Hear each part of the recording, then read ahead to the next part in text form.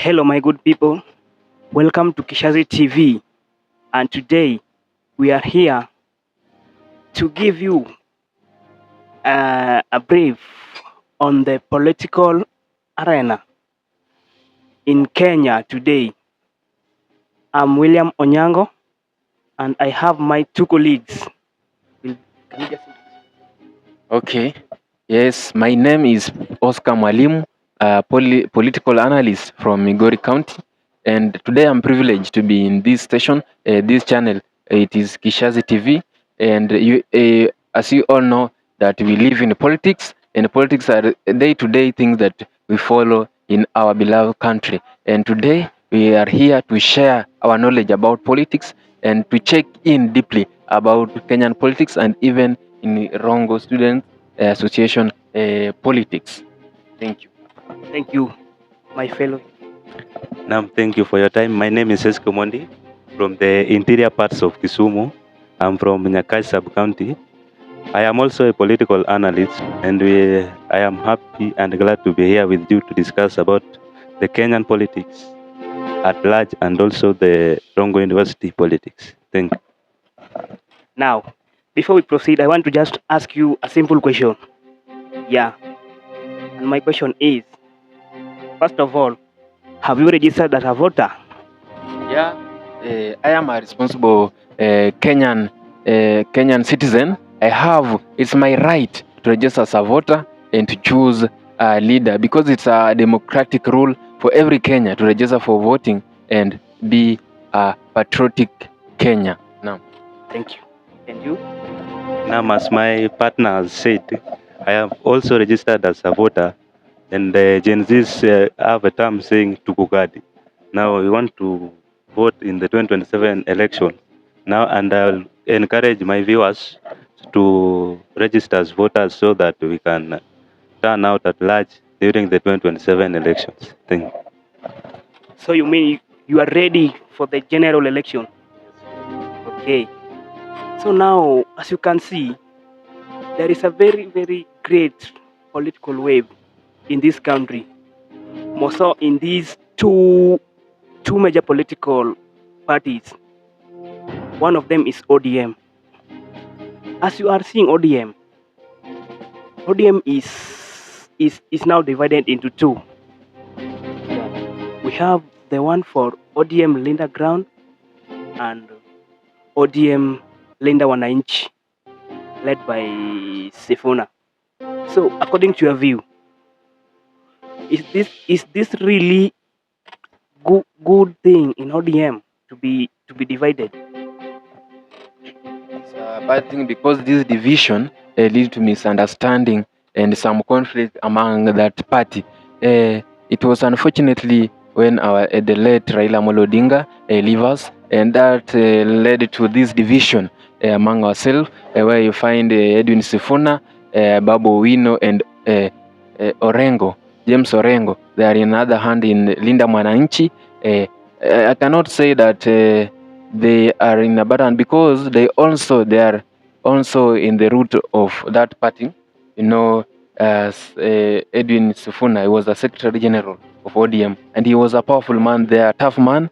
If you have is not backing up that broad-based government, you see, he's in a good position because he feel like that broad-based government cannot help Kenya cannot make that strong opposition that will oppose Dr. Ruto in that seat. Thank you. So, you know, when Raila died, many Kenyans have divided attention. Some claims that they were left in broad-based government, while others are saying that they were not left. It was just a coalition. Now, according to your view, do you think this broad-based government it will last until 2027? Thank you.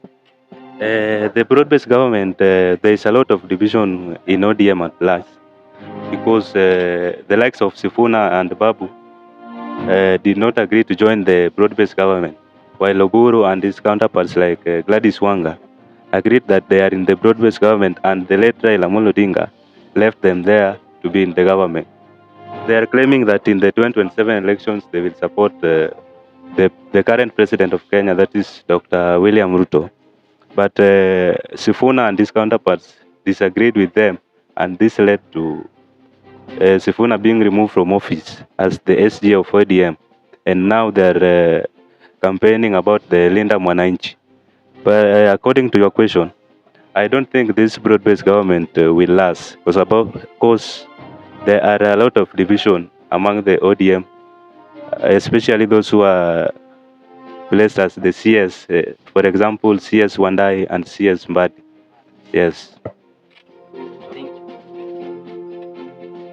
You can see the ODM Linda Wananchi that is led by Honorable Sifuna. Sifuna has been walking around the country telling people that they are not in the government and they are ready to be in the ballot in the 2027 general election. So do you think it will be possible for them to win if they decide to be in the ballot in the 2027 general election? What I can say, if they continue doing this thing, dancing thing they're doing, they are going nowhere. Because if you know Dr. William Ruto is a very intelligent person, and if they continue like this, Dr. William Ruto will win this election early in the morning. As you can see, Edwin Sifuna is trying his best so that he can stand with this ODM party on its own hand.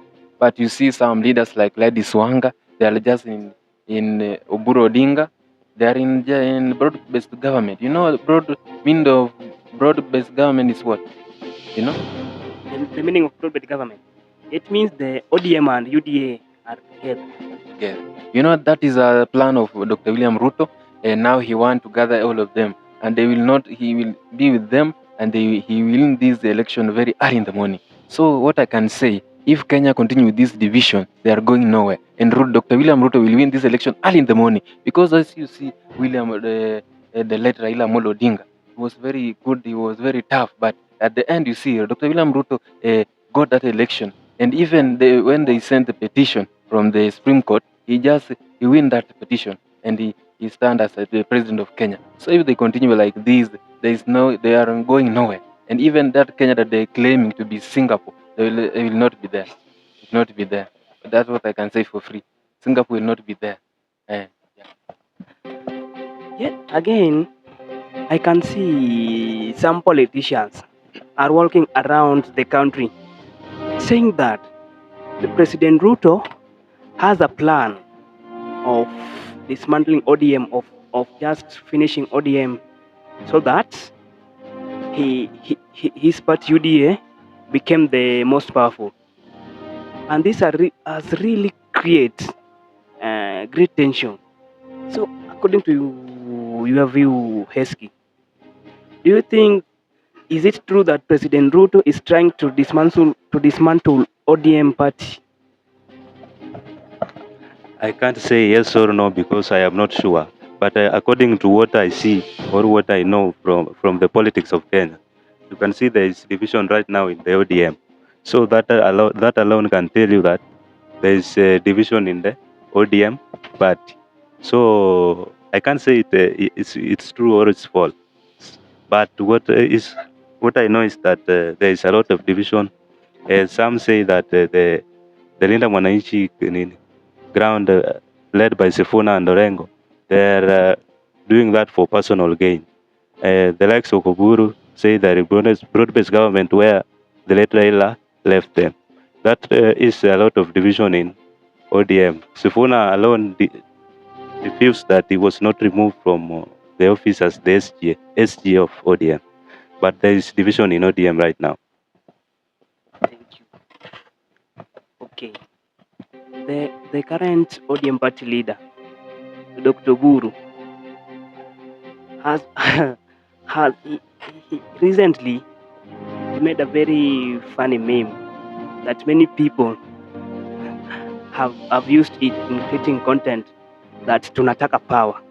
What do you think these statements mean by tunataka power in ODM? But You know, it's something that is contradicting himself, and something that is talking something from he has not listened in it.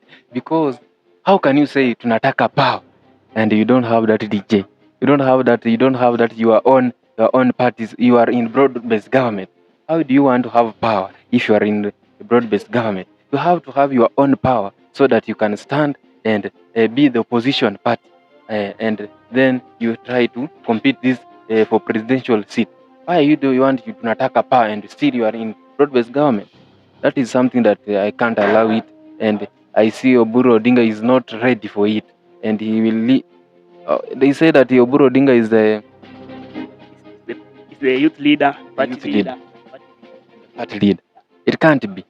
It's better they give that to Babu Win, because Oburu Odinga cannot stand. He's very.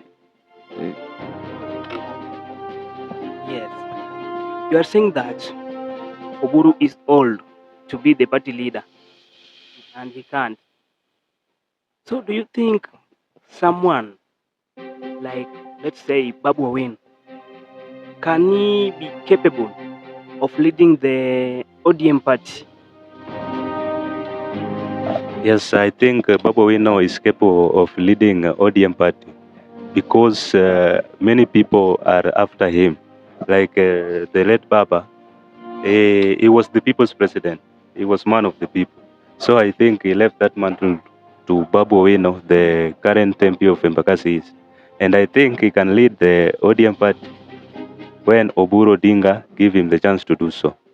I mean, he has that potential. Now, coming to the opposition side, there is a very, very great division also in the opposition side. And in this opposition side, we also have very great political leaders, the likes of Fred Matiang'i, the former deputy president Rigathi Gachagua, the NARC party leader Martha Karua, and also I think the former CJ David Maraga. These people, have seen them walking around, each one of them saying that they are ready. Each one of them is ready to be in the ballot coming the 2027 general election. Each one of them is claiming that I want to be on the ballot. So, do you think if they continue this way without being united, will be able to win the victory? Yes, I've told you earlier, they are going nowhere. If they continue this division, I will repeat myself, they are going nowhere because they better stand with one person and allow this person they are backing up and say that this person is the one, even if they choose somebody like Kalonzo Musyoka, that Wiper leader, and they stand with him with all that NARC, they give those all of them those coalition from DCP, from NARC Kenya, and stand with him. They will be able to oppose Dr. William Samoei Ruto. But if they continue like this, Dr. William Ruto will win early in the morning, and you will see those scenes in the Bomas of Kenya when they announce Dr. William Ruto as the next president of Kenya. Thank you. Yes, again, the former deputy president, Honorable Rigathi Gachagua, he has been walking around the country, more so in the Mount Kenya region, saying that he wants to make President William Ruto a one-term president in the history of Kenya. Do you think it will happen the way he is saying? Yes, I think if they form a coalition like the 2022, the way Baba formed a coalition that is called Azimio la Umoja. So if they form a coalition with the other opposition leaders, they can win the 2027 elections. But the problem is people claim that Gachagua is a tribalist. And recently in his interview, Ramogi TV, with Trevor Mbija and Juma, Victor Juma, he said that he's not a tribalist and he has nothing against the Luo Nyanza people. He only said that Ruto should also do development in other parts of the country like the coast and the Rift Valley region. So I think if he says that he's not a tribalist and form a coalition with other opposition leaders, they can at least go to the ballot and win the election if the people turn out and vote. Yes. Thank you. Now,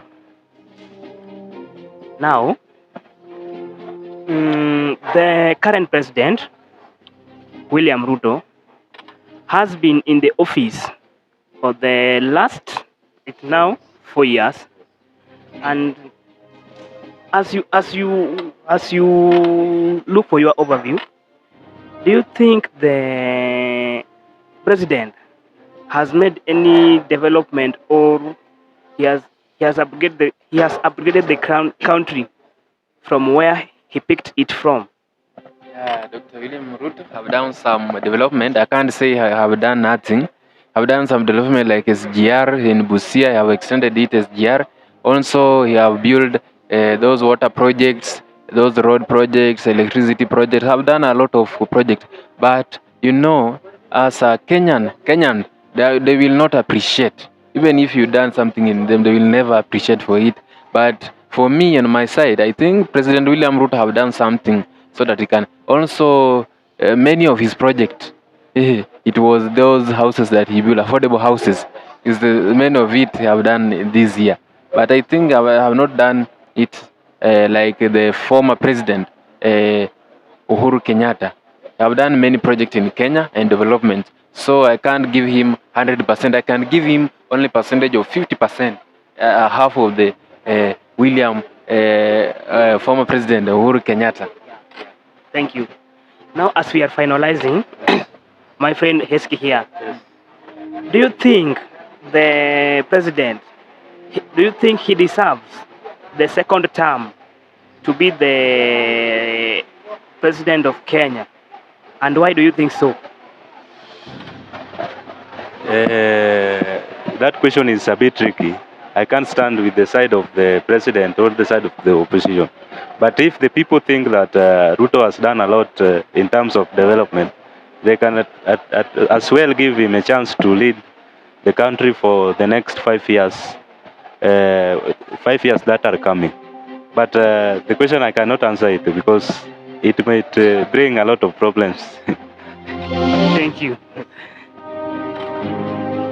Now, ladies and gentlemen, we have come to the end of our today's show, and we are much grateful for taking your time to follow this wonderful program. Thank you. Let's meet next time.